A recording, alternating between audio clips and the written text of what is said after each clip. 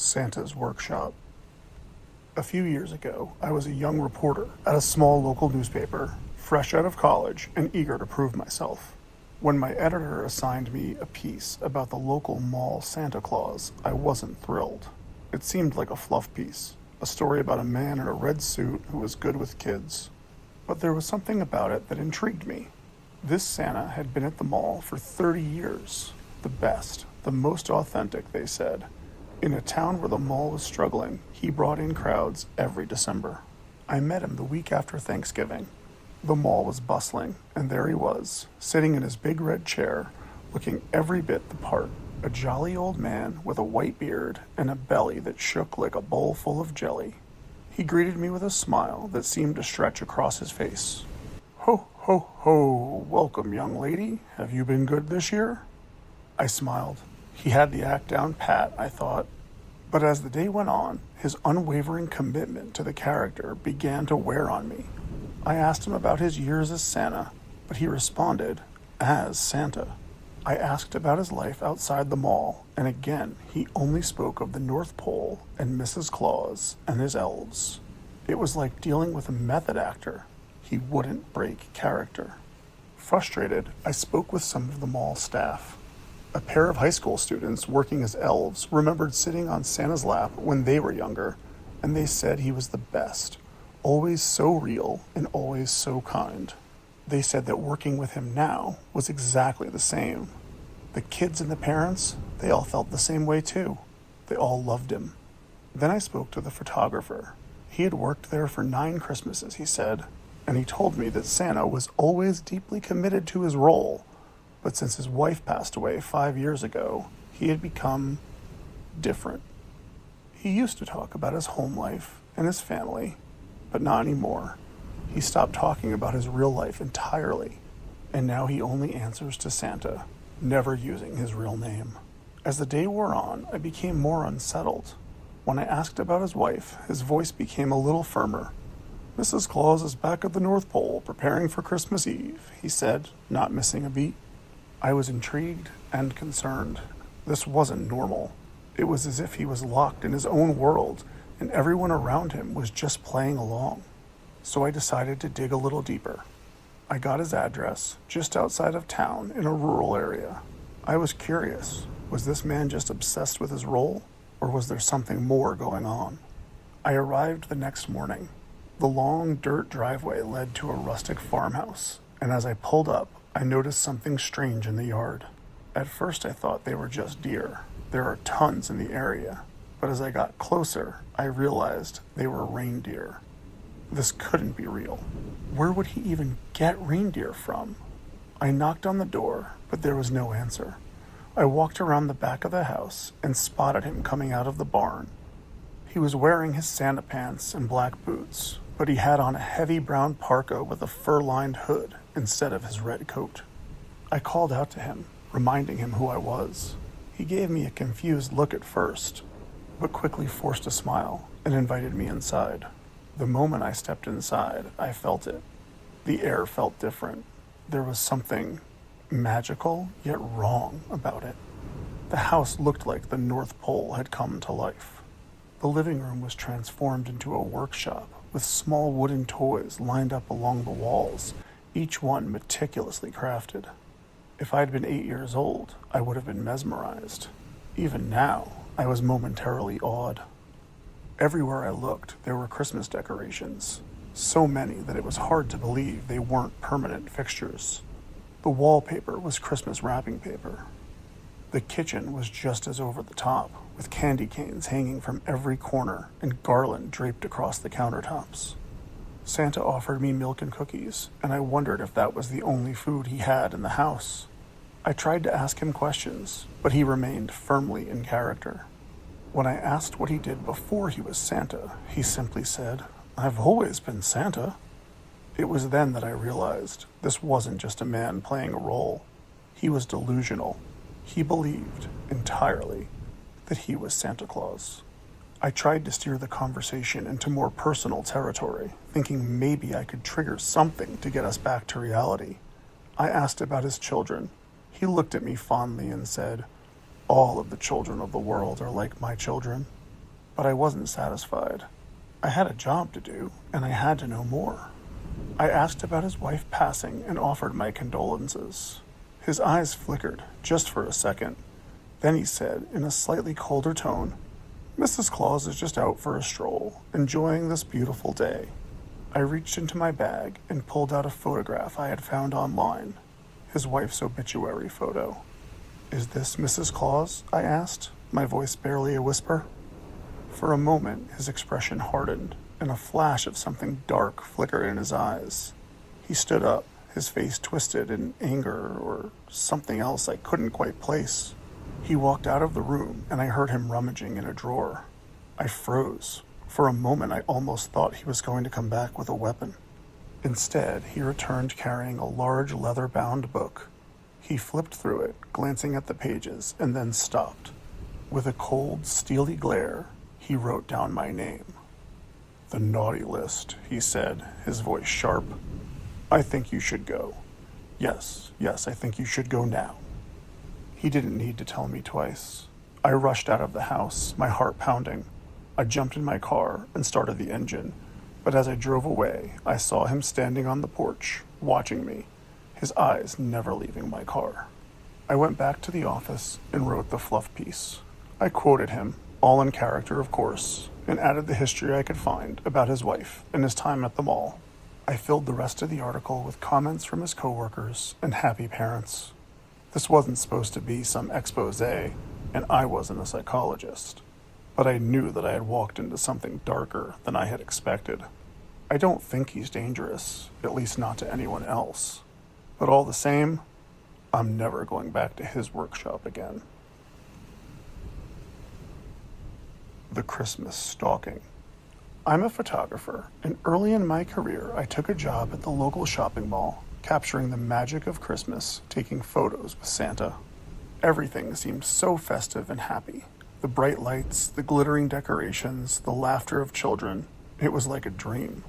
The Santa they hired seemed nice too, at first. His name was Bob, and he was in his mid-50s. Tall, burly, with a bushy white beard, and the kind of belly that made him seem jolly. His deep, booming laugh echoed through the workshop as he greeted the kids, always careful to make each child feel special. I liked him. He seemed genuinely good-natured, always with a smile for the parents, a wink for the kids, and a chuckle that seemed to warm the entire mall. At lunch on my first day, he invited me to sit with him in the food court. We chatted about work and Christmas traditions. He seemed like the kind of person you could have a pleasant conversation with. Just an older man, living out his Santa dream and making a few extra bucks at the same time.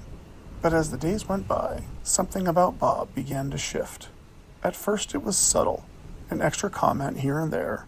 "You're looking lovely today," he'd say, but with a tone that lingered just a little too long. Or how he laughed too loudly when I said something innocent, his eyes a little too focused on me. I tried to brush it off. Maybe I was just being paranoid. But then he started asking me to have lunch with him every day. And then it was more than lunch. He'd ask me to join him for drinks after work, for dinner. "Come on, just one drink," he'd say, like he wasn't taking no for an answer. At first, I politely declined. I was young, only 22, and he was more than 30 years older than me. It just didn't feel right. But each time I said no, he didn't let it slide. He'd become more insistent, pushing me harder each time. His eyes would narrow, his smile would fade. The pleasantness was gone, replaced with a nasty side that seemed reserved solely for me. The creepiness escalated when I noticed that he would always wait for me to leave work before he would leave, even though he didn't have to.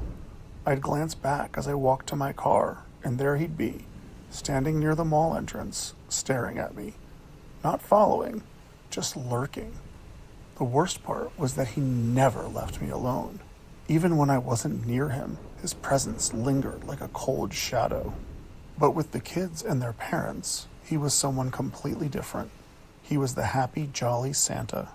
The kids all loved him, and that made the parents happy. None of the other employees seemed to have an issue with him either. The ladies at the cookie barn and the food court would dote on him, giving him extras. I didn't think anyone would believe me, even if I told them he was behaving inappropriately. At times, I started to doubt myself. By Christmas Eve, I thought things might just have turned around. He was charming like always with the kids. He was on his best behavior with me, too, not making any comments, barely even looking at me. I actually thought it was over. I thought maybe, just maybe, I could get through this Christmas and put it all behind me. After the last family left, Bob packed up, wished everyone a Merry Christmas, and walked out. I smiled, relieved. When I got home, I settled in for a quiet evening. The house was empty. My parents weren't expecting me until morning, and I figured I could finally relax. But as I watched A Christmas Story on TV, the noises started. First, it was a light tapping outside. I thought it was just the wind, maybe a branch brushing against the window. Then it came again, but this time from above, scraping like something or someone was on the roof. I tried to shake it off. It was storming outside, so maybe that's all it was, but my nerves were on edge. After a while, I was able to relax again. When the movie ended, I went upstairs to bed. As I pulled on my pajamas, I heard a creak. I froze. A figure appeared in my doorway, silhouetted by the moonlight. Bob was still dressed in his Santa suit, a cold grin spreading across his face. Before I could even scream, he lunged at me, throwing me to the ground. I struggled beneath him, fighting with all my strength, but his hands were like iron. His breath stank of stale whiskey. "I know if you've been bad or good," he said, his voice a low growl. Panic surged through me, and in a desperate move, I gouged at his eyes with my fingernails. He relaxed his grip just a bit, and I kicked him away. Scrambling out of his grip, I bolted for the door. I burst into the night, the bitter cold biting at my skin, the snow-covered ground freezing my bare feet. I pounded on a neighbor's door, barely able to catch my breath. They let me in, probably thinking I was crazy, and I called the police. I watched the house from the window as I waited for the cops, expecting to see Bob fleeing. But I never saw him leave, at least not until the police finally arrived and escorted him out in handcuffs. I couldn't imagine why he stayed in my house all that time. He had plenty of time to get away before the cops got there. One of the officers walked over to my neighbor's house to take a statement from me. He told me that when they entered, Bob was in my living room, casually putting gifts under my tree. But the presents weren't toys or clothes or electronics. They were hundreds of photos of me. Photos of me at a coffee shop, photos of me arriving for work, photos of me grocery shopping, and, most horrifying, photos of me asleep in my bed. On the back of that photo, Bob had scrawled, "I see you when you're sleeping." I still have nightmares. This man who played Santa, who brought so much joy to so many kids, had been stalking me all along, hiding behind the mask of Jolly Saint Nick. Christmas has never been the same for me, and I doubt it ever will be. The season of giving. This happened a few years ago when I was a freshman in high school. It was a couple of weeks before Christmas, and Main Street in our town was looking like a scene from a Hallmark movie. The sidewalks were covered in a fresh dusting of snow, and the storefronts were all decked out in garland, lights, and wreaths. Everywhere you looked, Christmas was in full swing. Main Street was lined with restaurants, coffee shops, and a cookie store where the scent of fresh baked treats filled the air. But what really kept me and my best friend Chris coming back week after week were the comic book store and the retro video game shop. We were basically fixtures at both every Friday after school. We were making our way down the street toward the cafe on the corner when we walked past a Santa standing next to a red bucket ringing a bell. His face was mostly hidden behind his big white beard and round glasses. But as we walked past, he seemed to glare at us with this weird intensity, as if we'd done something wrong. "Think he's mad we didn't donate?" Chris asked, glancing back. I shrugged. "Maybe, but it's not like we carry cash. Who does?" We felt a little awkward, but kept walking, trying to shake off the weird vibe. We went into the coffee shop and spent a few minutes chatting about school and the upcoming break. When we left, there was Santa again, now standing across the street, still staring at us. Okay, that's creepy, I muttered. Wasn't he farther down the block before? Yeah, Chris said. He was in front of the furniture store. We dismissed it, but something didn't feel right. We walked a few blocks to the comic book shop, hoping to distract ourselves from the weird Santa. We spent about half an hour in there, flipping through stacks of comics and talking about what we wanted for Christmas. But when we stepped outside, there he was again, directly across the street, standing by a lamppost, staring at us. Is he following us? Chris asked. I felt a chill run down my spine. No, he can't be. It must just be a coincidence, I said. But it didn't feel like a coincidence. Every time we moved, Santa seemed to move too. He had crossed the street and was now closer to us, still watching us with those unblinking eyes. It was like he was waiting for us. We ducked into the arcade. We tried to enjoy the games, but we both felt a sense of dread of what would be waiting for us outside. After about 45 minutes, we left the arcade. Looking up and down the street, there was no sign of Santa. I breathed a sigh of relief. Maybe it was finally over. We started to walk home, but when we were a few blocks from Main Street, we heard the bell ringing again. We looked behind us, and there was Santa, ringing his bell, staring at us. He was clearly following us. There was no way to deny it now. I looked at Chris and knew we were thinking the same thing. We didn't want him following us home. We didn't want him knowing where we lived.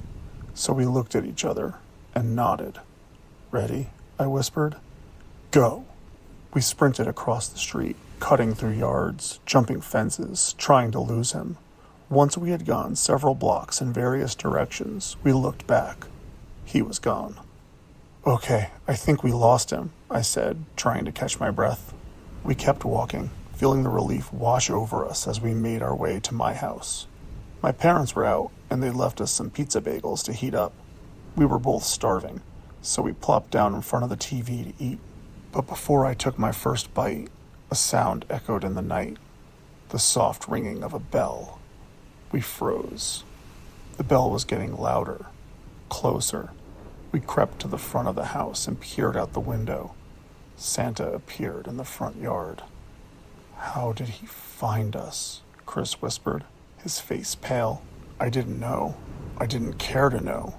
But there he was, standing in front of my house, his cold, lifeless eyes fixed on us, the bell ringing. We need to call the cops, I said, pulling out my phone. But just as I reached for it, it buzzed. A text from my mom. Hey, be good. Love you. I looked out the window again, but Santa was gone. My heart was pounding. I didn't know whether to be relieved he wasn't there or terrified about where he went. We walked through the house, looking out all the windows, but didn't see him anywhere. After a few tense minutes, we sat back down and ate our now cold pizza bagels. An hour passed without incident when I saw the headlights of my parents' car pull into the driveway. I could finally relax, and I could tell Chris felt the same.